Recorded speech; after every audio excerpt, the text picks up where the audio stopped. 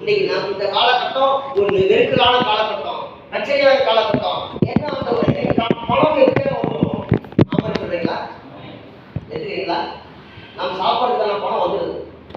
நான் பார்க்குறேன் எப்படியா வந்துடுது. ஏன் அவர் அழைத்து வந்தா அவர் சப்ளை பண்றார். ஆத்மா வர மாட்டேதே.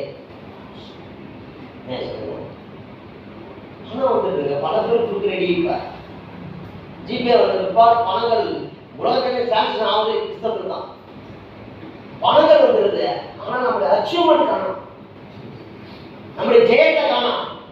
ஒரு சபையை கட்டி அந்த சபையில வந்து ஒரு 100, 200, 300, 400 ஆத்மா வந்து உட்கார்ந்ததான் ராஜாவுக்கு கிடைச்சி. நான் பார்த்தீங்களா, ஜனத்தச்சு தான் ராஜாவுக்கு மகிமை. இன்னைக்கு நம்ம போனோம்னா முஸ்லிம்கள் ஊடாக வந்தாங்க. அல்லேலூயா. இன்னைக்கு நம்ம என்னன்னா சப்ளை வந்து போகுது. தேவன் என்ன பண்றாரு? நமக்கு ஈவாய் கொடுத்துறாரு, கிருபையா கொடுத்துறாரு. ஆனா ஆத்மா பிடிக்கிறோம், நம்ம செத்துதான் ஆக வேண்டும்.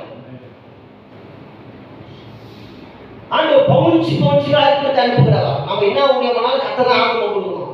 என்னதான் ஜெபிச்சாலும் கர்த்தர் தான் கொடுக்கணும். இங்க நம்ம கர்த்தர் நம்மை நம்பி பவுன்சிகளாய் கூட்டமாய் மக்களை அனுப்புவதற்கு அவர் தயங்குகிறார். ஏனென்றால் நாம் busy with world, busy with money, busy with family setup.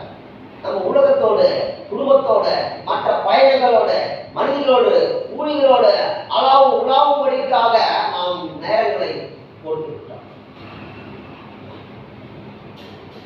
ஆவிக்குரிய கண்கள் திறக்காம ஆத்மா வருது. ஆவியில நம்ம ஸ்ட்ரென்த்தா இல்லாம, ஆண்ட ஆவிலே ஸ்ட்ரென்த் இல்ல. நம்ம எப்படி ஒரு நபரை கட்ட கொடுப்பான்?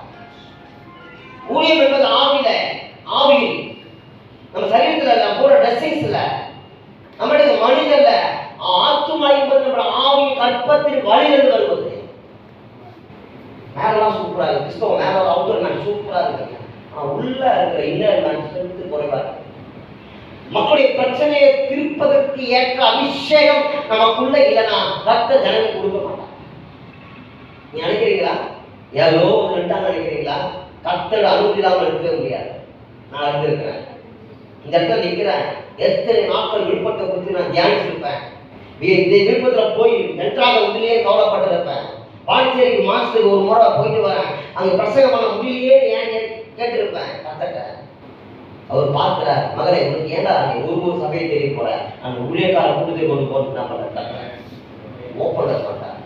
இங்க வந்தது ஆச்சரியம். இபிஎஸ் புக்கை வாங்க கார் எடுத்து வந்திருந்தேன். பாஸ்டர் கூட எடுத்து போயிடலாம் வந்தோம். அசலா பார்த்தா ஐயா இருக்கிறார். ஐயா உனக்கு மீட்டிங் பாண்டிச்சேரி நான் பார்க்கவே சரியா. ஐயா எனக்கு தெரியுதாங்க? தெரியல ஐயா. ஐயா அங்க நான் தான் பொருளாளர் சொல்றோம் அப்படிதான் சொன்னார் கூட்டத்துக்கு. அல்லேலூயா. கர்த்தர் நமக்கு காலங்களை அமைக்கிறார், காலங்களை நேரங்களை அமைத்து கொடுக்கிறார். சிம்சோனுக்கு வருவோம். 2வது காலகட்டம் சிம்சோன் கண்கள் அங்க சிம்சோன் அங்க பார்க்கணும். முதல்ல சத்துரு அடிச்ச அடி என்னன்னா அவன் கண்ணை பிடிக்கிறார்.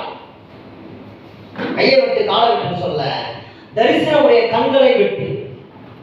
என்னைக்கு இந்த போன் வாங்கிக்குவோம் அன்னைக்கு எனக்கு பாதி பிரேக் போயிடுச்சு. நான் ஒத்துக்கொள்றேன்,